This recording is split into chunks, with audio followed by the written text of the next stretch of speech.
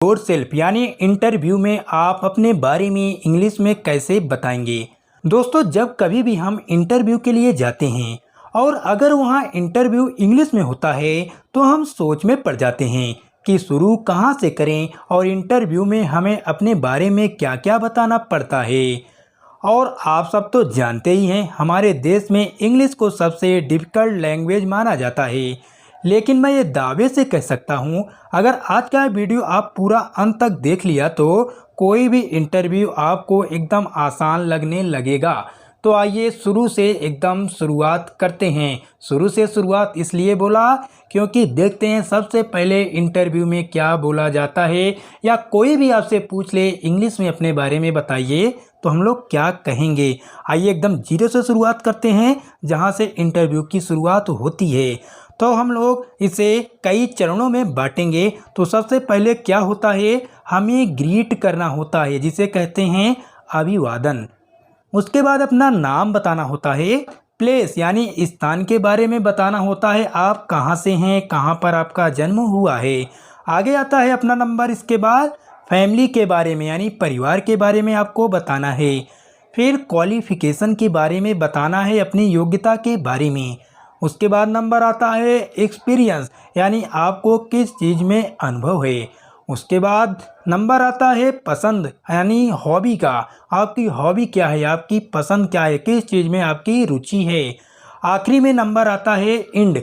End कैसे करेंगे उसके बारे में हम लोग आखिरी में जानेंगे। तो आइए आगे देखते हैं। तो सबसे पहले शुरुआत करते हैं ग्रीट से। तो ग्रीट में अगर आपका इंटरव्यू सुबह यानी मॉर्निंग में हो रहा है, यानी दोपहर 12 बजे तक होता है, तो उसके बीच आपको बोलना है गुड मॉर्निंग। अगर दोपहर 12 से शाम 5 बजे तक आपका इंटरव्यू हो रहा है तो आपको गुड आफ्टरनून बोलना है।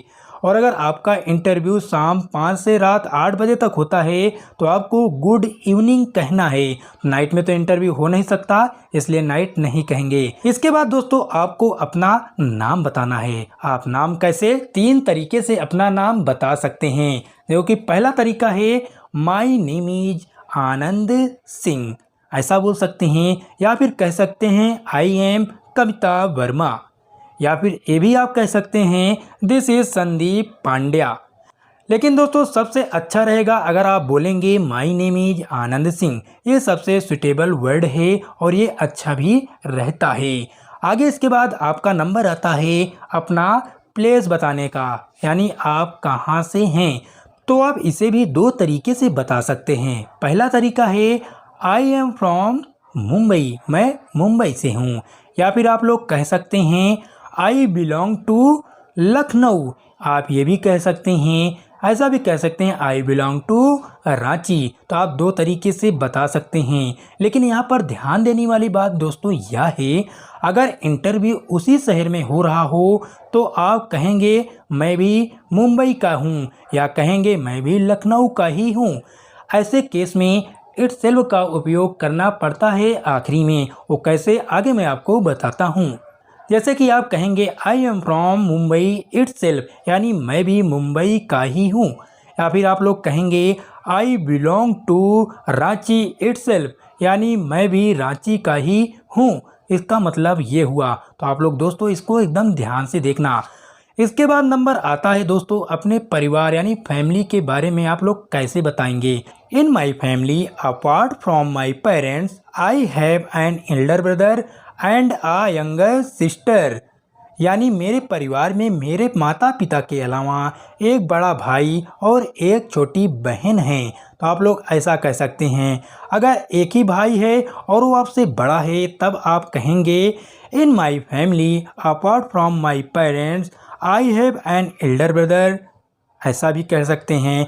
अगर एक ही भाई है तो वो भी आपसे छोटा है तो आप कहेंगे in my family apart from my parents I have an younger brother. अगर आपके 2 भाई हैं और वो आपसे छोटे हैं तो आप कहेंगे in my family apart from my parents I have 2 younger brothers. बाकी जितने भी आपके भाई बहन हैं आप सेंटेंस को बना ही सकते हैं, इतना तो आपने सीख ही लिया है। इसके बाद दोस्तों आपको अपना क्वालिफिकेशन बताना होता है।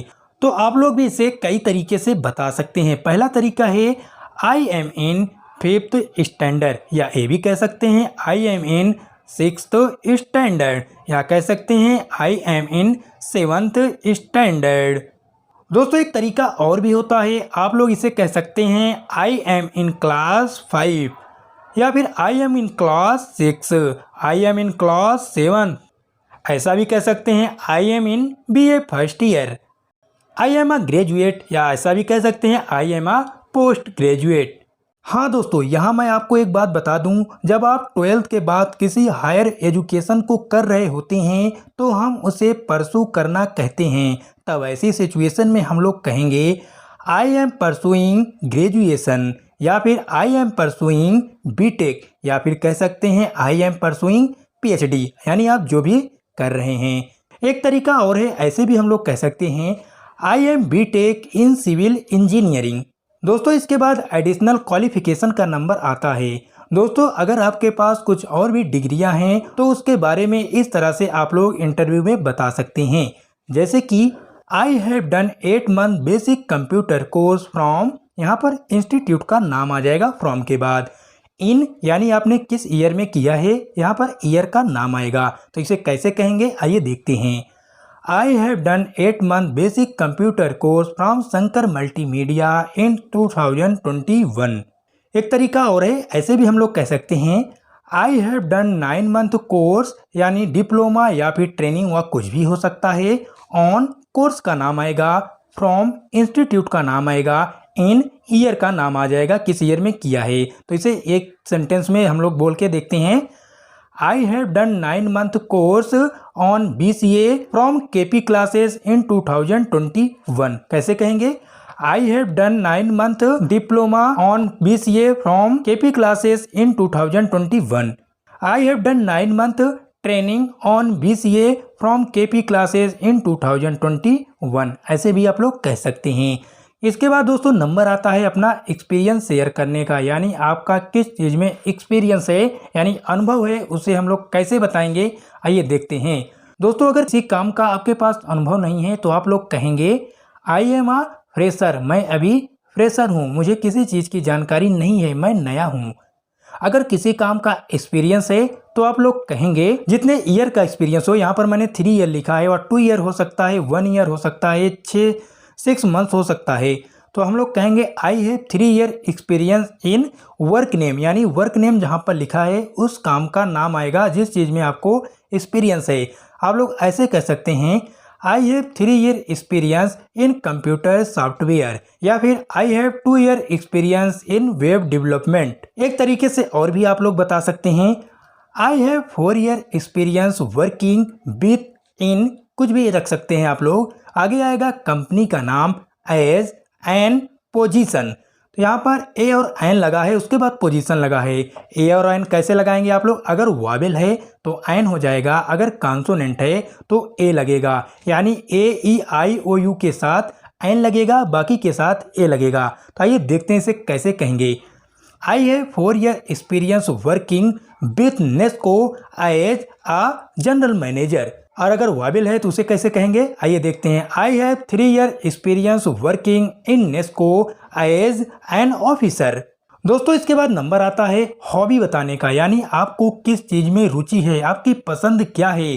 अगर आपको म्यूजिक सुनना पसंद है, यानी गाने सुनना पसंद है, तो आप लोग कहेंगे my hobby is listening to music. दोस्तों लिसनिंग के साथ हमेशा टू लगता है, ये आप लोग ध्यान में रखिएगा। इसे आप लोग ऐसे भी कह सकते हैं माई hobby is playing cricket, my hobby is playing football, my hobby is reading book, my hobby is dancing, my hobby is singing, my hobby is cooking. एक तरीका और है, ऐसे आप लोग भी कह सकते हैं आई लव प्लेइंग क्रिकेट, अगर क्रिकेट खेलना पसंद है, या फिर I love reading books, I love dancing, I love singing, I love cooking. अगर आपको एक से ज़्यादा पसंद बतानी हो, यानी एक से ज़्यादा हॉबीज़ बतानी हो, तो आप लोग कहेंगे माई हॉबीज़ आर, यहाँ पर आर हो जाएगा, my hobbies are listening to music and reading newspaper, या फिर I love listening to music and reading newspaper. आखिरी में इंट्रोडक्शन खत्म हुए हम लोग कहेंगे, यह कहना बहुत ही जरूरी है क्योंकि यह आदर्श वाक्य है, इसे आदर्श माना जाता है, या माना जाता है कि आप कितने डिसिप्लिन में हैं। तो कहेंगे हम लोग that's all about me, thank you. आइए दोस्तों अब ऊपर इंटरव्यू के बारे में बताई गई सभी जानकारी को एक साथ बोल के देखते हैं, यानी सेल्फ इंट्रोडक्शन देते हैं, वो भी एक ही लाइन में पूरे इंग्लिश के वर्डों के साथ। Good morning sir, good morning madam. First of all thank you for giving me this opportunity to introduce myself. My name is Anand Singh. I am basically from Uttar Pradesh but currently staying in Mumbai. I did my graduation in BSc from Dr. Ram Manohar Lohia University, Faizabad. Currently, I am pursuing B.Ed in Allahabad University, Uttar Pradesh. I belong to a middle class family. My strengths are I am self-motivated, hard-working, and a disciplined person. My short-term goal is to get a job in reputed company, and my long-term goal is to achieve a good position where I can build my career and help the organization too. My hobbies are listening to music, playing cricket, and reading books. That's all about me. Thanks again for this opportunity. अब आइए दोस्तों इसे हम लोग हिंदी में देखते हैं, हिंदी में इसका मतलब क्या हुआ। सबसे पहले मुझे अपना परिचय देने का अवसर देने के लिए धन्यवाद। मेरा नाम आनंद सिंह है। मैं मूल रूप से उत्तर प्रदेश से हूँ, लेकिन वर्तमान में मुंबई में रह रहा हूँ। मैंने डॉक्टर राम मनोहर लोहिया विश्वविद्यालय फैजाबाद से बीएससी में स्नातक किया है। वर्तमान में मैं इलाहाबाद विश्वविद्यालय उत्तर प्रदेश से बीएड कर रहा हूँ।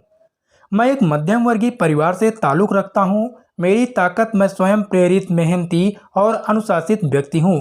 मेरा अल्पकालिक लक्ष्य एक प्रतिष्ठित कंपनी में नौकरी पाना है और मेरा दीर्घकालिक लक्ष्य एक अच्छी स्थिति हासिल करना है, जहां मैं अपना करियर बना सकूं और संगठन की मदद भी कर सकूं। मेरा शौक संगीत सुनना, क्रिकेट खेलना और किताबें पढ़ना है। मेरे बारे में बस इतना ही। इस अवसर के लिए फिर से धन्यवाद। तो दोस्तों ये था उसका हिंदी में अर्थ।